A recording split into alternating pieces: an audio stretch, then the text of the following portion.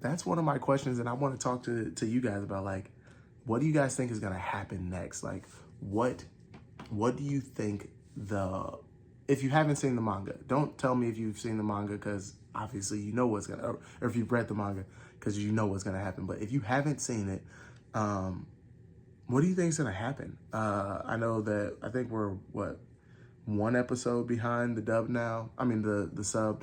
I think they're on a pause right now, so that's why we're able to catch up as dub watchers. But yeah, what is going on? One day, master's degree. One day, PhD. One day, you will write books. One day, commercials. One day, the impossible, you will laugh at the impossible. You will look at the impossible and go, what was I thinking? Hello, my spoiler alert friends. Welcome back to another episode of Let's Talk About It. So, you know, I don't know how long it's been since I've been in my setup, you know, where I'm on the couch. I got the camera set up, man. It actually feels good. Like lately, I guess the last few times I've been either holding it or I've been on the go or I've been doing some of the angles off. I'm just glad to have my setup right now. I know it's the little things, right? But thank you guys for joining me today. Now I want to hop into this. So I had two shows that I was watching this past week. We got, obviously, My Hero Academia, one of the most goated shows. And then Dr. Stone. So it's been a while with Dr. Stone. I'll start with that one. I don't know, man. Like, the show, it's a really good show. I love the whole premise of it, where it's like, here it is, they've been frozen in time, and now they were frozen, I mean, turned to stone, really. And then millennia later, they wake up, or the stone breaks, and then now they're living again, and they're basically trying to recreate civilization. And they do a whole bunch of cool experiments and like different things where it's like showing you how to actually make gunpowder, or actually make a like recorder to record your voice, or hot air balloons, or boats, or all these different little things that they brought from the past, which is kind of like the future, but from the past into the prehistoric present, essentially, right? So it's a really cool show, and they were able to do some really cool stuff. But I'll tell you this. So I just finished, so I restarted in season 3. That's where I left off. So I finished out season 3, and now I literally just started season 4. I haven't even seen the first little bit. I've just gone into the intro, which, I mean, I'm so about it anyway, but that's a different topic, I guess. Maybe not. Maybe that goes in here too, really, because it's about the show. But was in season 3, finished season 3, and it's just, they're spoiler alert, they're going to the moon, y'all. So I don't know. There's something about it where it's like, and again, maybe these are actual legit timelines. I don't actually know, because I don't know how to do any of this stuff. I'm just going off of the show. I could, you know, type something into ChatGPT or Copilot or something like that and then really find something. But they're trying to go to space, because the person who, or the entity that froze all of humanity in the first place and turned everybody into stone, they found out that the signal that they are emanating is coming from the moon. And so that's their quest. They're going up there to try and find these people.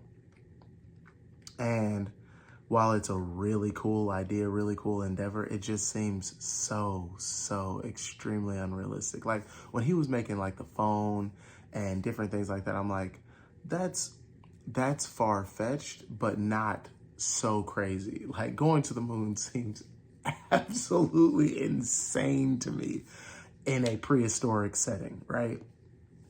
And so really cool, obviously, and I'm excited. I'm interested, I should say, in seeing how they actually pull this off, especially considering that the things that are like turning everybody into stone. If this entity, whoever it is in space, and they're radiating this from the moon, on your way up to the moon, how are you going to stop it from happening to you?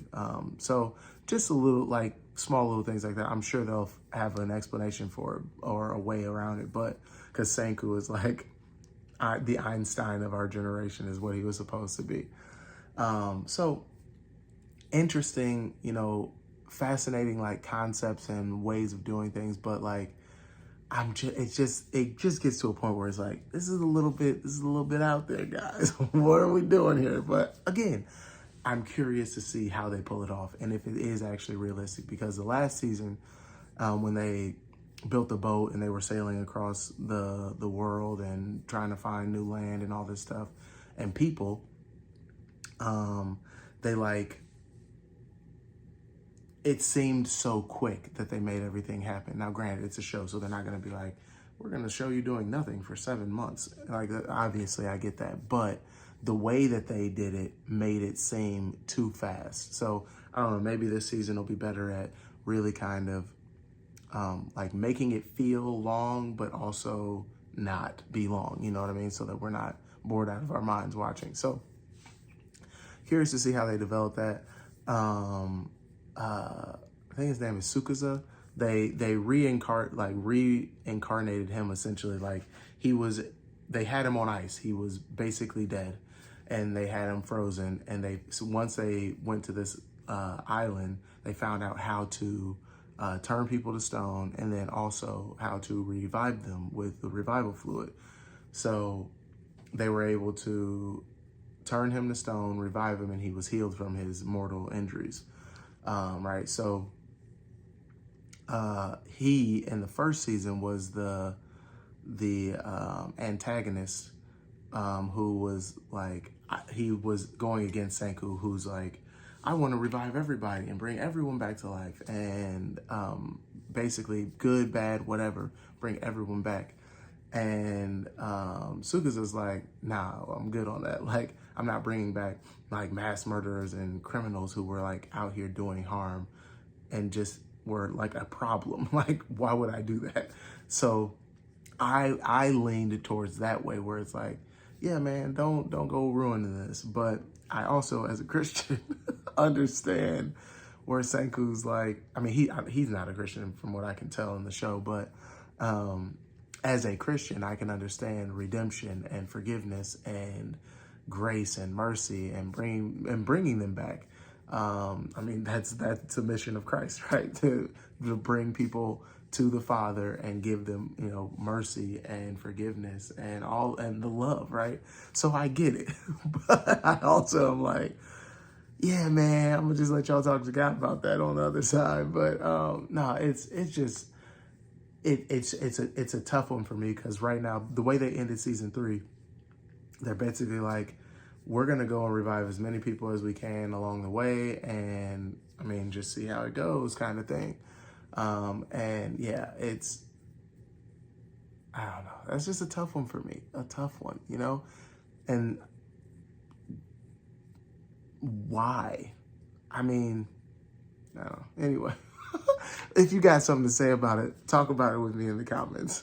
But now I want to go into My Hero Academia. So this is really heating up.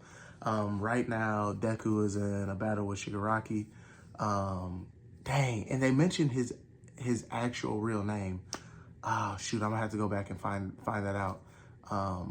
Just because I thought it was cool, because this whole time, I've been calling him Shigaraki, or Decay as his villain name is, right? But it seems that like, man, I want to know what his first name is, but dang, I'm not gonna go and look right now while we're doing the video. But anyway, he's in the battle with him right now, and all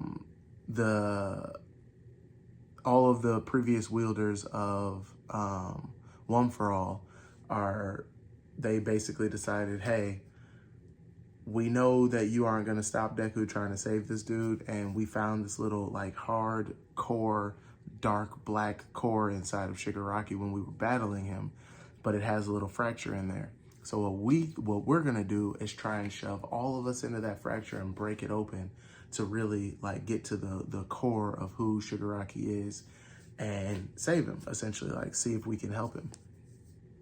And the way that they're doing that is like Midoriya, he has to it's like they're fighting and he's forcing his quirks inside of Shigaraki, like transplanting them essentially into his being, and they're like breaking away on the inside. And I guess like, so like in this world, he's developed like a physical form inside of the inside of Shigaraki, and he like takes damage, he's getting like cut, and like the memories of Midoriya and Shigaraki are kind of like playing inside of Shigaraki right now. And Deku's going in, and he's seeing different things, and they're like trying to identify who's what, and they're basically watching his past play out and how he perceives it. He being Shigaraki, like how he perceived what happened to him. And you know, it's a sad situation. You know, it was like the whole thing was his dad hated quirks and heroes and all of that stuff because his mother, I don't remember what number she is on the lineup. I think she might be the fifth wielder of All for One. She wanted to be a hero, and she was a hero. So there were two layers to it, right? She was away all the time trying to heal and help people. And so then her son was basically like abandoned. Who knows what happened to the dad? Who knows where he was? I don't know. But the way it's presented is that it was only her and him, basically. And then villains, once they found out who she was, went after her family. So then she like separated, almost like a witness protection. Like, I'm going to put my kid over here, and so that way nobody can get him and hurt him. But I will never see them again, essentially. So she dipped, not in a like a, I don't want to be with you kind of way, but I'm trying to protect you. But her son, being a child, doesn't understand that so much, and just sees, hey, my mom is leaving me. I never see her anymore. And here she is, she's a hero. And so now I hate heroes. You know, like there's just that basic understanding of things and basic conclusions. So that manifested itself as a father who is super controlling and like, don't show your quirks, don't try and be heroes. I hate heroes. And anytime they did show it, they were punished. And with Shigaraki, his quirk was decay, so he didn't really have much control over it. So he's always like, it's just like a high-strung kid, and so that already comes with its own stressors as a parent. But then when you're showing a quirk and doing things and like accidentally destroying things, that triggered his dad, and he would beat him essentially. And so that's the last thing that Midoriya has seen, because nobody else has seen. Like, we as viewers, we've watched and we've seen the show and we've seen different parts like, oh, dang, that's what he was going through. But none of the heroes knew that was his upbringing. No one knew that that's what he was going through. So they're seeing it for the first time like, wow, that's horrible. And so now Deku is inside of there trying to like piece together what's going on, what happened, understand how this villain came to be, right? And so he's shoving all his quirks in there. They're fighting, they're doing their thing. And I guess my only real like big question here is, well, I got two really. One, what's gonna happen to One for All? After he shoves all of these things into Shigaraki and they break through, and say the ending that I think is gonna happen is he heals him and he becomes like someone who's good. That's what I think is gonna happen. But they could throw a twist in there and he could be like, nope, and then destroy the world. But what happens to One for All once he's shoved all of his quirks inside of him? Will he still have abilities? Will Deku still have abilities because he started out with none? Is he gonna end with none? Like, there's so many little things that could go, that it just depends on how the directors decide to do it. And then my other question, this one's more present day. What's happening to his body right now while he's in this state, right? Because like his consciousness is inside of Shigaraki fighting right now. So what is his body doing while they're in this state? And I'm curious about that, because they're in a pretty intense battle in which he needs to focus, otherwise he will lose his life. So that's one of my questions, and I want to talk to you guys about, like, what do you guys think is going to happen next? Like, what do you think if you haven't seen the manga, don't tell me if you've seen the manga, because obviously you know what's or if you've read the manga, because you know what's going to happen. But if you haven't seen it, what do you think is going to happen? I know that I think we're, one episode behind the dub now. I mean, the subbed. I think they're on a pause right now, so that's why we're able to catch up as dubbed watchers. But yeah, what is going on? And then the next episode is like something about Aizawa. So I'm like, okay. And they're like, because remember the trio with Aizawa, Present Mike, and the Warp Gate dude from on Shigaraki's side. Like, there's something there. There's a piece there that's super important, and I'm wondering what that is. Like, what is that? How does that tie in? Because they keep bringing it back. So I'm curious how that ties in. This is one of my favorite things about anime, and like creating like